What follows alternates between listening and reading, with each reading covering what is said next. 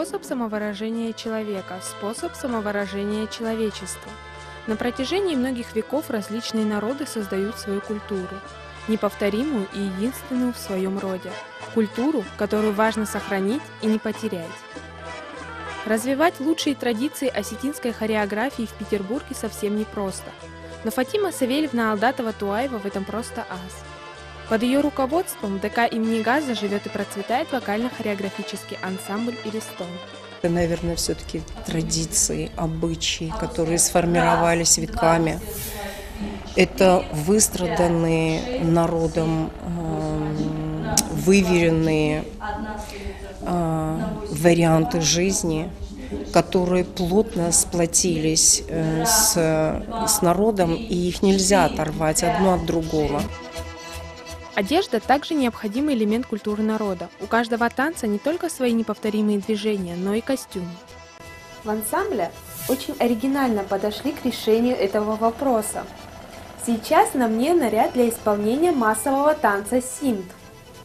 Пара легких движений. Перед вами девушка, собирающаяся танцевать княжескую.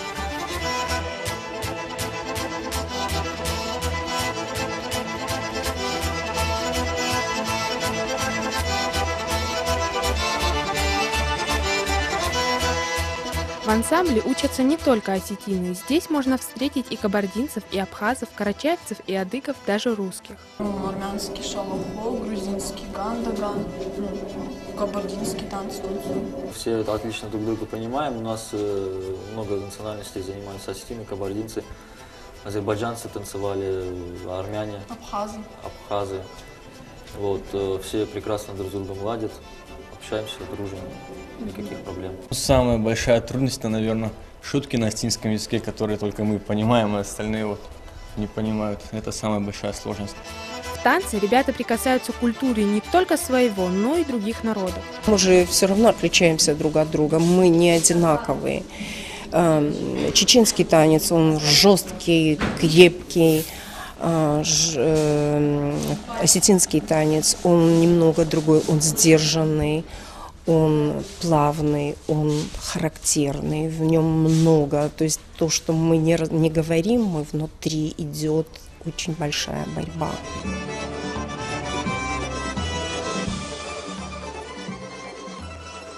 Симт можно назвать жемчужиной осетинского танца, танцем богов. Некогда юноши и девушки не могли открыто сказать о своих чувствах. В танце же они могли встретиться, вскользь прикоснуться друг к другу. В основе симда два элемента – круг и прямая линия, символы солнца и бесконечности. Это танец-молитва. И в этом танце сказано очень многое. То есть самое изначально это значит воссоединение двух людей идет по нарастающей. Девушки выходят отдельно, мальчики выходят отдельно. Они касаются только на уровне взглядов друг друга. То есть даже не на уровне энергетики, только на уровне взглядов. Потом они обходят, делают веревочку, они уже касаются друг друга энергетически. После этого, после разрешения и поклона, они только могли взять, мальчик мог взять девушку под руку. И только после этого мог начать танцевать. Вы представляете, сколько в одном этом танце вообще сакрального?